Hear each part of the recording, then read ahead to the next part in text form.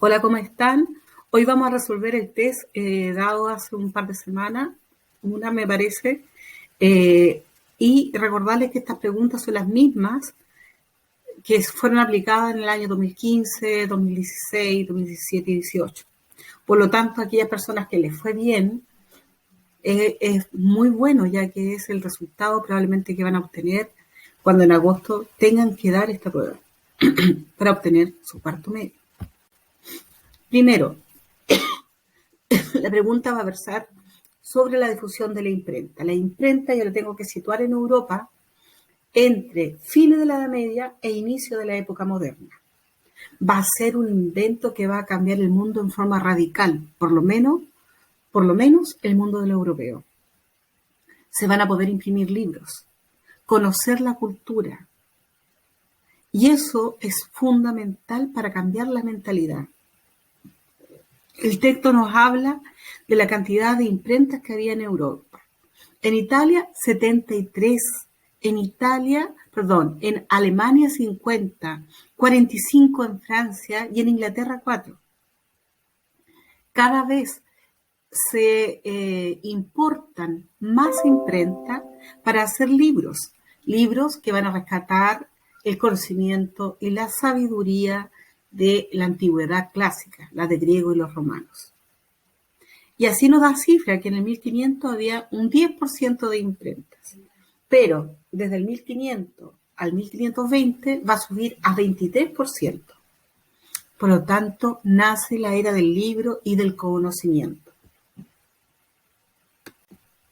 Esto es propio del humanismo, que justamente se desarrolla en esta etapa paralelo al Renacimiento. El Renacimiento fue a nivel pictórico y de esculturas, pero destacaba de la misma manera el valor del ser humano en el mundo. La 2. Entre los aportes ideológicos de la Revolución Francesa, que es el hecho que da término a la época contemporánea época moderna e inicio de la contemporánea, se puede mencionar lo siguiente: la promoción de la igualdad de las personas como base de todo sistema social. Sí, porque durante la Revolución Francesa lo que más se hizo, bueno, muchas cosas, pero lo que más se trató de realizar fue una constitución para Francia, donde se dejaba atrás al monarca absoluto y por primera vez se le daba valor a las personas, a los seres humanos frente al Estado y frente a las leyes. Por lo tanto, es el esencial: promocionar la igualdad de las personas. Una de las principales consecuencias de la revolución industrial, cada vez que me hablan de revolución industrial me están hablando desde lo económico, de los cambios económicos, para que lo tengan idea, o en alguna medida social. En este caso es en alguna medida social. ¿Por qué? Hay 4 alternativas. Si yo me fijo, 3 son totalmente falsas. Disminución del tamaño de las ciudades, al contrario, con la revolución industrial, aumentar las ciudades porque hubo más industria y más gente quería trabajar ahí. Aumentó la ciudad. Concentración de fuente laboral en el campo, no, porque es una contradicción justamente con lo que estoy hablando sobre la ciudad.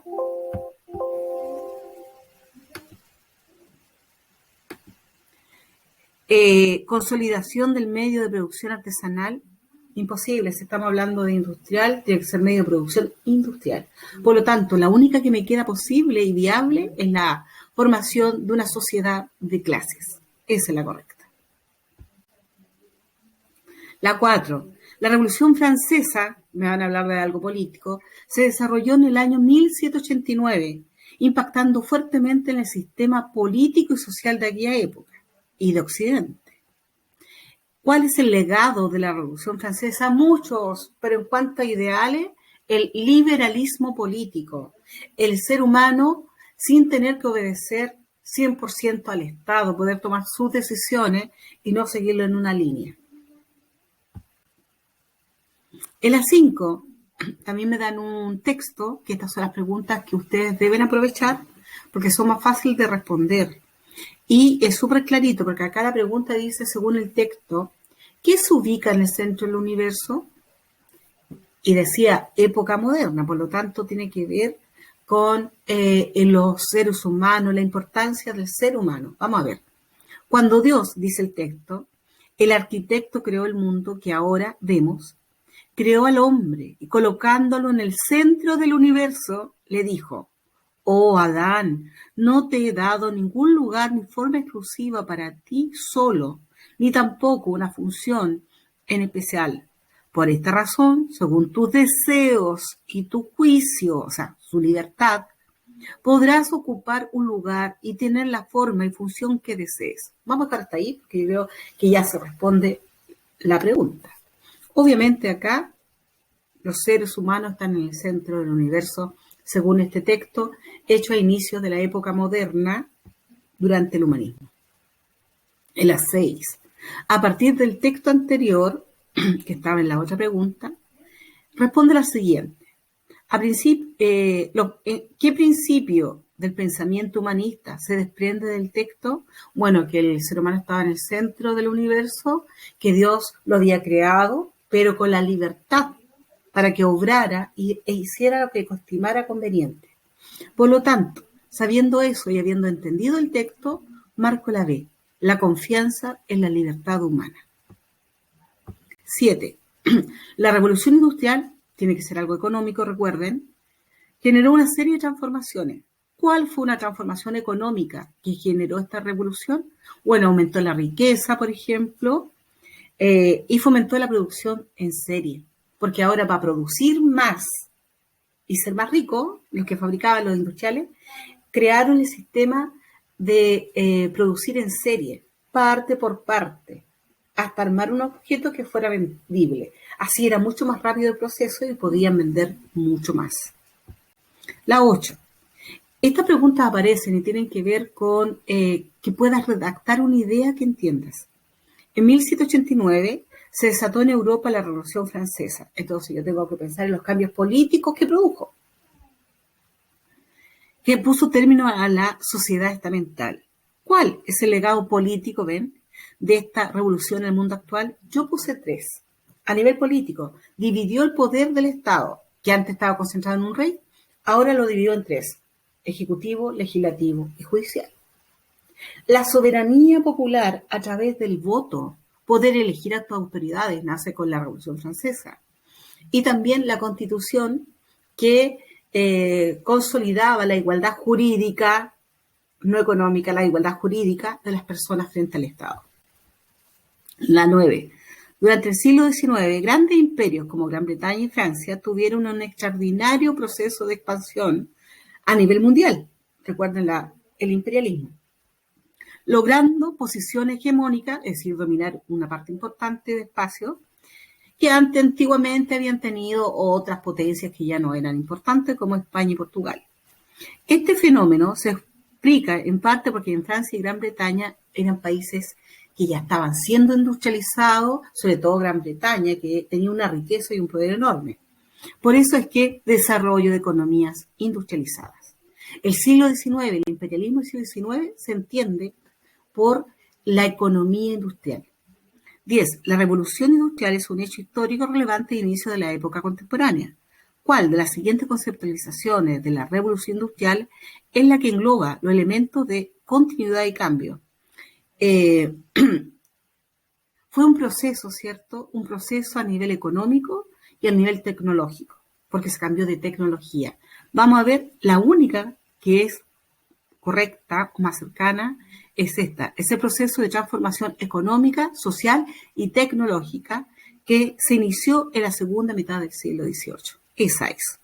Porque los demás me hablan de a nivel político, humano, o solamente de la producción de industria, pero no me habla de un proceso que englobe lo económico, lo tecnológico y el cambio en la sociedad. Entonces la veo. Acá es qué consecuencia negativa trajo la revolución industrial después de la FUT, el trabajo de los niños, el trabajo infantil. Acá está, muy bien. La 12. Acá vemos dos países que fueron profundamente imperialistas. Primero Inglaterra, esos son los colores de Inglaterra, lo vimos en un video que yo les envié, que arrastra países como los árabes, los chinos, algunos países africanos, los turcos, como si fueran un peso enorme. Y Estados Unidos nos transporta a nosotros, a los latinoamericanos. Entonces uno ve la bandera de Argentina, los colores de Chile, como si fuéramos un peso para ellos y tuvieran que cargarnos para hacernos más modernos, más civilizados. Y tienen que sacarnos del vicio, de la ignorancia. Todo esto se creía como justificación del imperialismo, es lo que ellos contaban. Vamos a ver la pregunta. En el fondo se justifica el imperialismo con la idea de ayudar a otros pueblos a superar la pobreza. La 13. Hay que observar el mapa desde los imperios coloniales antes de la Primera Guerra Mundial, porque fue en 1914. Yo veo Francia, el color verde, rosado Inglaterra, que ocupan casi todo África, y en Asia, en la India está Inglaterra, en la península de Indochina, donde está actualmente Laos, Camboya y Vietnam, estaba Francia, y Holanda acá en esta gran isla de Indonesia. ¿Cuál es la pregunta? Infiere de la imagen. Lo primero, las potencias con mayores dominios en África fueron Gran Bretaña y Francia. Estaba ahí. En el siglo XIX, las principales potencias coloniales europeas, occidentales, especialmente Gran Bretaña y Francia, así como Rusia, Estados Unidos y Japón, intervinieron activamente en el continente asiático.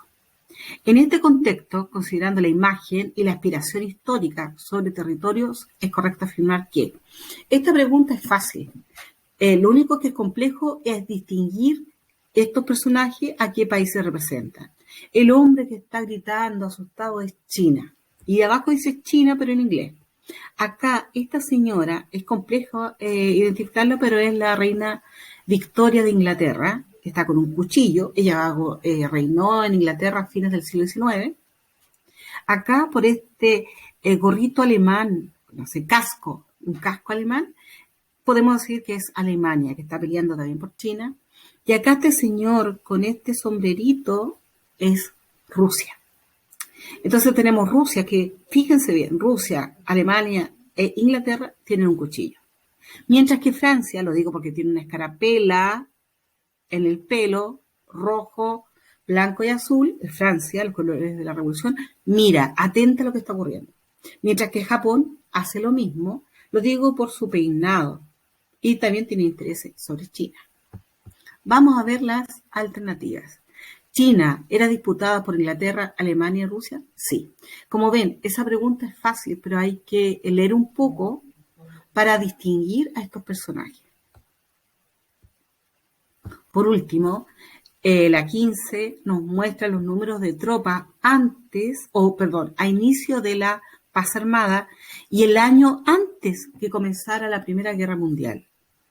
Todos los países aumentan la cantidad de fuerzas armadas, de hombres que van a ir a la guerra. En especial Alemania, miren, pasa de 419.000 a 2.200.000. Y Francia de 503.000 a 1.200.000. O sea, yo lo miro y me doy cuenta que estas dos potencias son las que más invierten y probablemente son las que se van a enfrentar o van a ser aliadas en la Primera Guerra Mundial. Y las cifras demuestran cómo las potencias europeas se estaban armando. Ellos sabían que iba a haber una guerra pronto. Y eso es lo que demuestra ese gráfico. Como ven, la pregunta no son difíciles y son fácilmente contestables. Tienen que ver los videos, reforzar los videos y estudiar. Nos vemos la próxima. Chao.